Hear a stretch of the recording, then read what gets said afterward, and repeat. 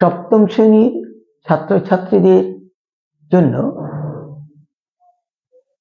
আমি আজকে তোমাদের পরিবেশ ও বিজ্ঞান বইয়ের চুম্বকের উপরে একটি সাজেশন ভিত্তিক আলোচনা নিয়ে এসেছি। প্রথম প্রশ্ন, দণ্ডচুম্বক একটা ড্যাশ চুম্বক। কৃত্রিম চুম্বক। দণ্ডচুম্বক কি? কৃত্রিম চুম্বক। চুম্বক যে পদার্থকে আকর্ষণ করে তাকে ড্যাশ পদার্থ বলে। কি বলে? চুম্বক পদার্থ। চুম্বক পদার্থ। প্লাস্টিক, রবার, কাঠ, কাগজ হলো অচুম্বক পদার্থ। তা এইগুলো শূন্যস্থান দিতে পারে। ম্যাগনেটাইট হলো প্রাকৃতিক চুম্বক। ম্যাগনেটাইট একটা প্রাকৃতিক চুম্বক। চুম্বকের কয়টি ধর্ম আছে ও কি কি? চুম্বকের দুটি ধর্ম আছে। একটা হচ্ছে আকর্ষণী ধর্ম, আরেকটি হলো দিকদর্শী ধর্ম। চুম্বকের শক্তি কোথায় বেশি থাকে? চুম্বকের শক্তি বেশি থাকে দুই প্রান্তে, অর্থাৎ চুম্বকের দুই মেরুতে। চুম্বকের উদাসীন অঞ্চল কাকে বলে? একটা চুম্বকের মাঝখানে একটা জায়গা থাকে যেখানে চুম্বকের কোনো আকর্ষণ ধর্ম থাকে না। ওই অঞ্চলটাকে মাঝখানের চুম্বকের মাঝখানের ওই অঞ্চলটাকেই বলা হয় উদাসীন অঞ্চল।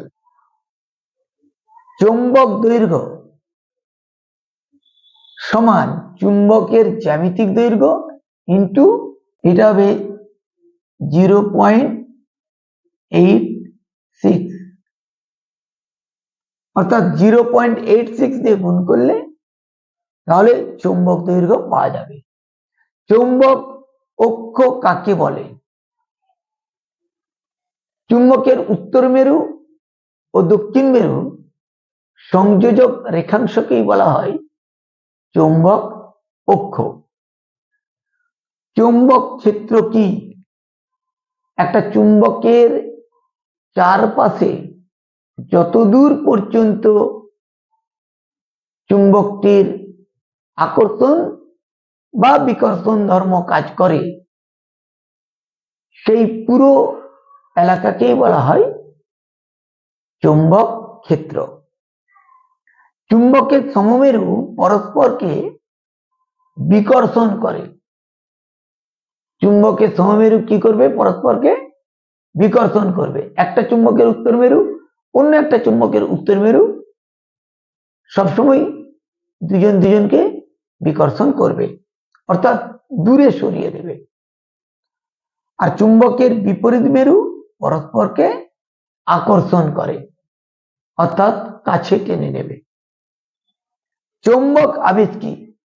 কোন চুম্বক যখন চৌম্বক পদার্থকে আকর্ষণ করে তখন চুম্বকটির যে মেরু ওই চৌম্বক পদার্থের কাছে নিয়ে যাওয়া হয়, ঠিক তার বিপরীত মেরু ওই চৌম্বক পদার্থটিতে সৃষ্টি হয়।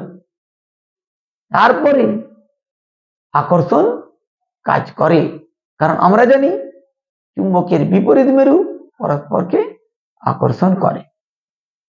আকর্ষণের আগেই চুম্বক আবেশ ঘটে কথাটির যথার্থ বিচার করো।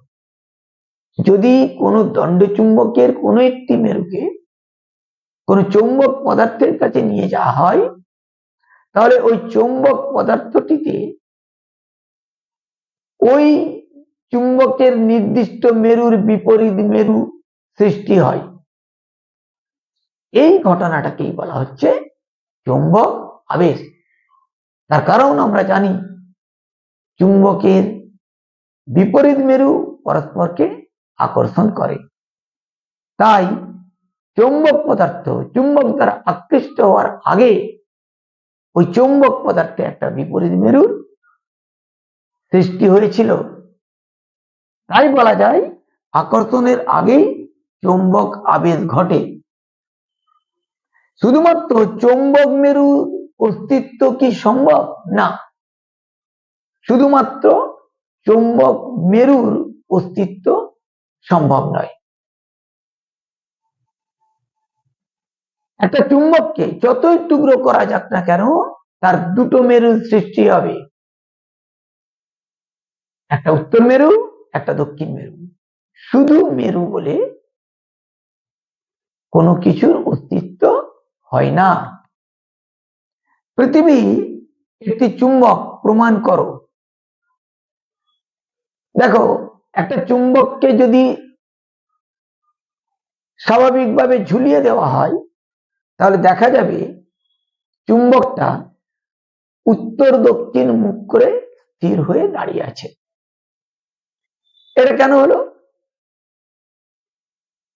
তার কারণ নিশ্চয়ই ওই দিকে, যেদিকে উত্তর দিক সেদিকে নিশ্চয়ই একটা দক্ষিণ মেরু আছে যা চুম্বকের উত্তর মেরুটিকে আকৃষ্ট করছে।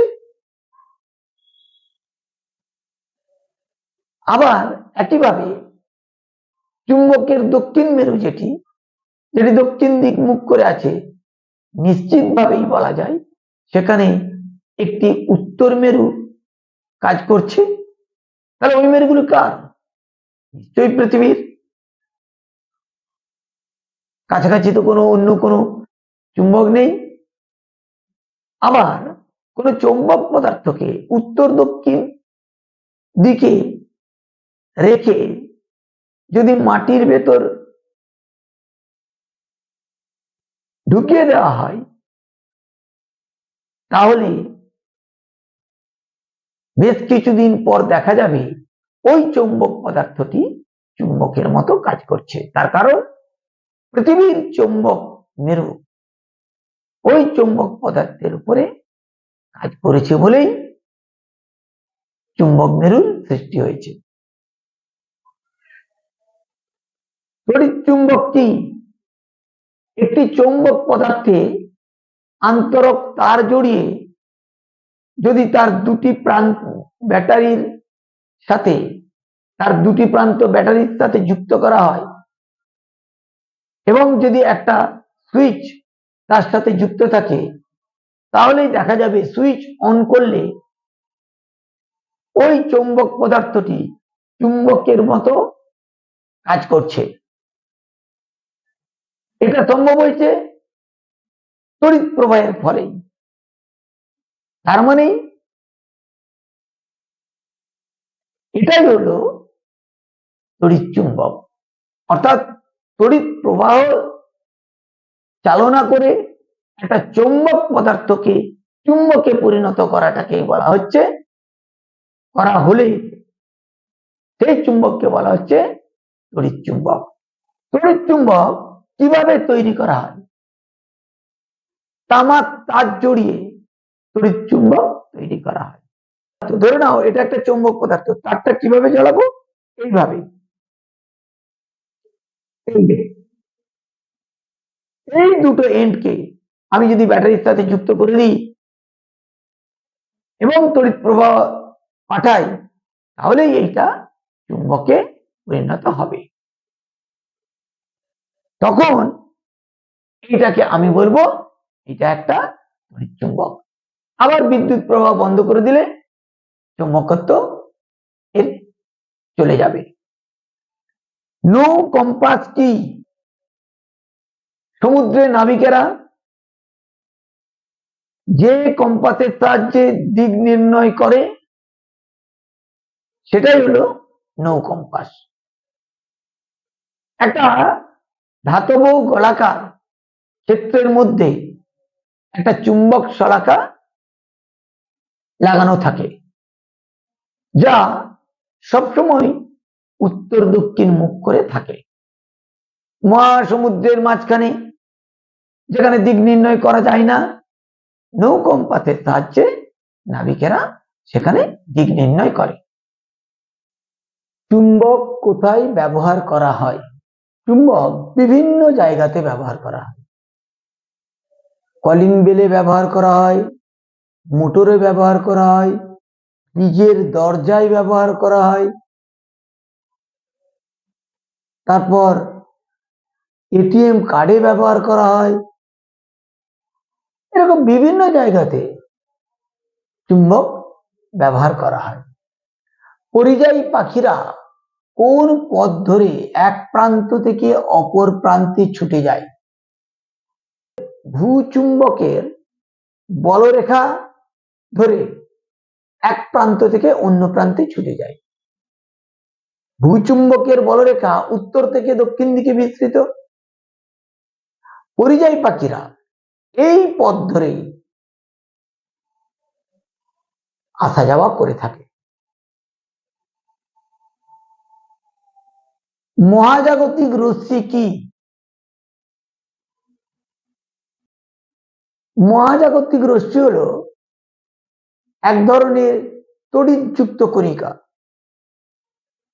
এই রশ্মি ক্রমাগত পৃথিবীর দিকে ধেয়ে আসছে, আর পৃথিবীর চৌম্বক ক্ষেত্রের মধ্যে এসে চৌম্বক ক্ষেত্রের সাথে এই রশ্মির ক্রিয়া প্রতিক্রিয়া ঘটছে। দুই ধরনের, ফলে মেরু অঞ্চলে দুই ধরনের বিকিরণ বলয় তৈরি হয়। ভ্যান অ্যালেন বিকিরণ বলয়।